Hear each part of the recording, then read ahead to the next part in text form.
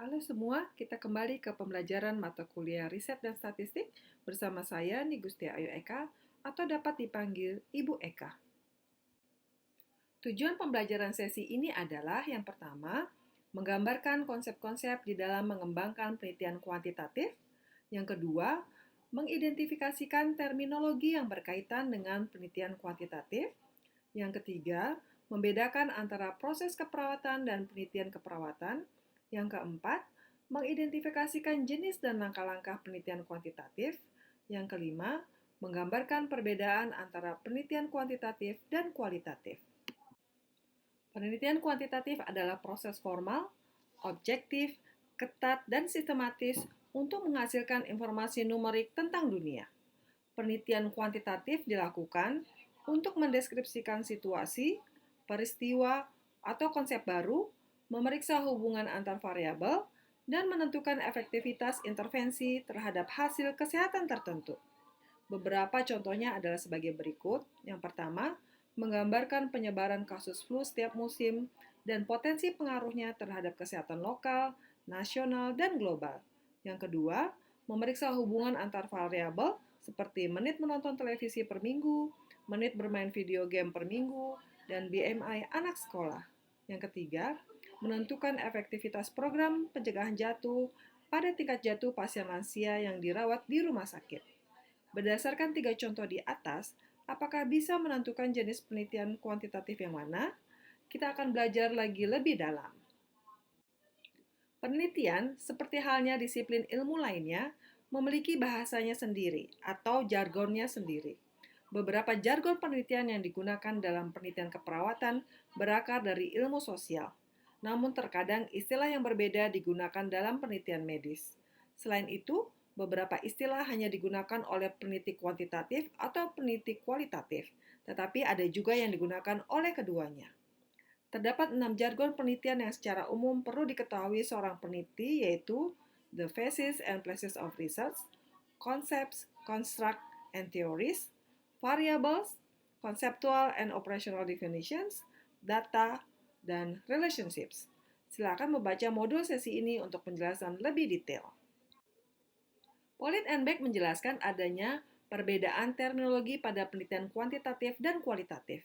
Kita dapat melihat persamaan dan perbedaan yang digunakan oleh kedua jenis penelitian tersebut, yaitu dari konsep orang yang berkontribusi dalam informasi, orang yang mengambil data, hal yang diteliti, informasi yang dikumpulkan, hubungan antara konsep, dan proses pemikiran logikanya. Menurut kalian, apa yang dimaksud dengan penalaran deduktif dan induktif?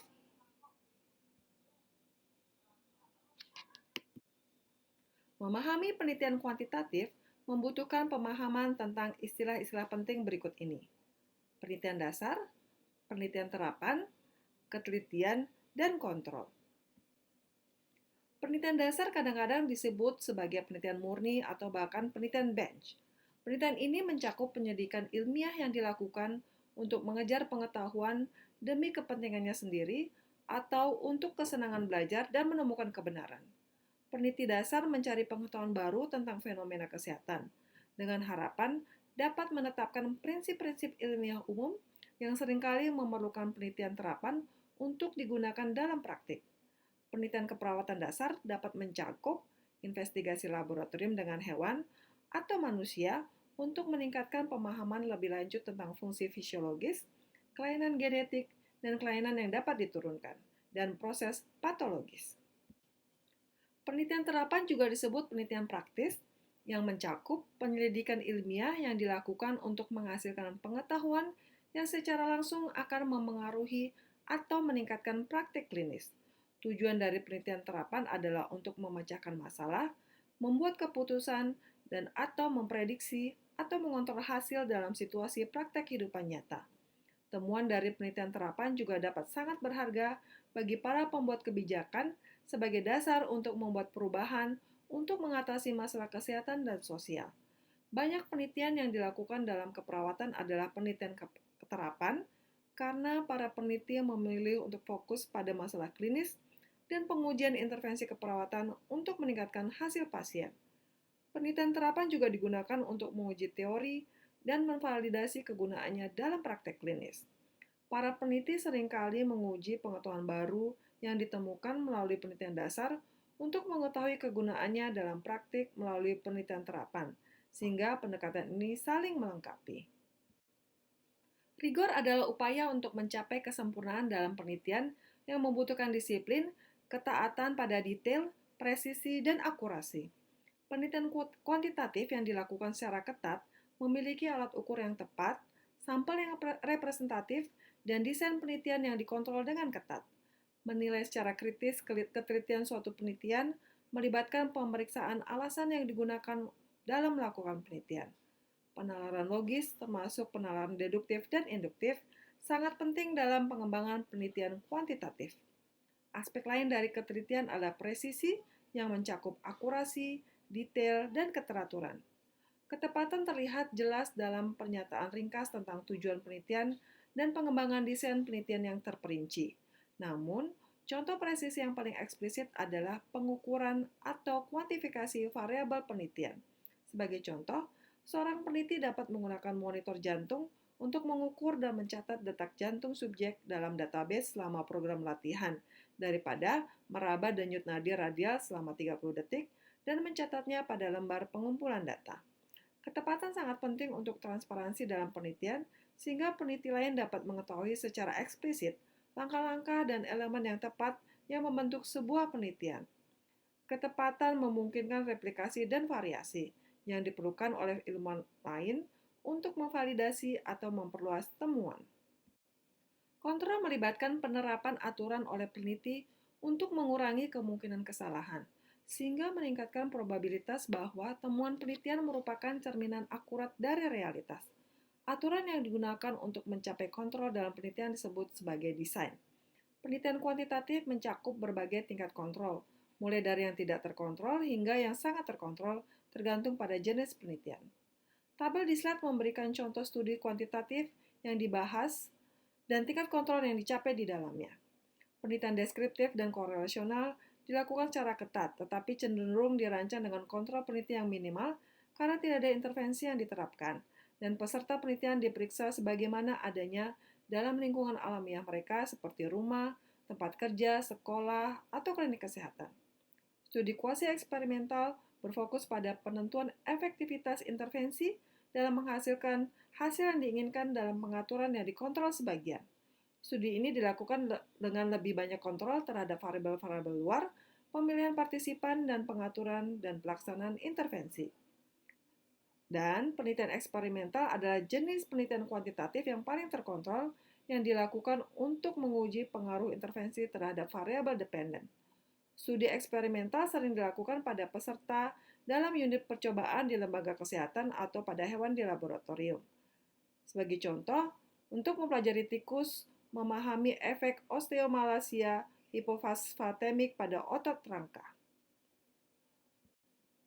Penelitian adalah sebuah proses yang dalam beberapa hal mirip dengan proses-proses lainnya. Oleh karena itu, latar belakang yang diperoleh di awal pendidikan keperawatan dalam pemecahan masalah dan proses keperawatan juga berguna dalam penelitian. Sebuah proses meliputi tujuan, serangkaian tindakan, dan sasaran. Tujuan memberikan arahan untuk pelaksanaan serangkaian tindakan untuk mencapai tujuan atau hasil yang telah diidentifikasi.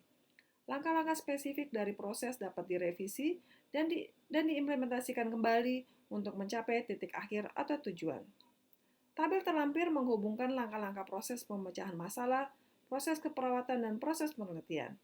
Menghubungkan proses penelitian dengan proses pemecahan masalah dan proses keperawatan dapat membantu dalam memahami langkah-langkah proses penelitian kuantitatif.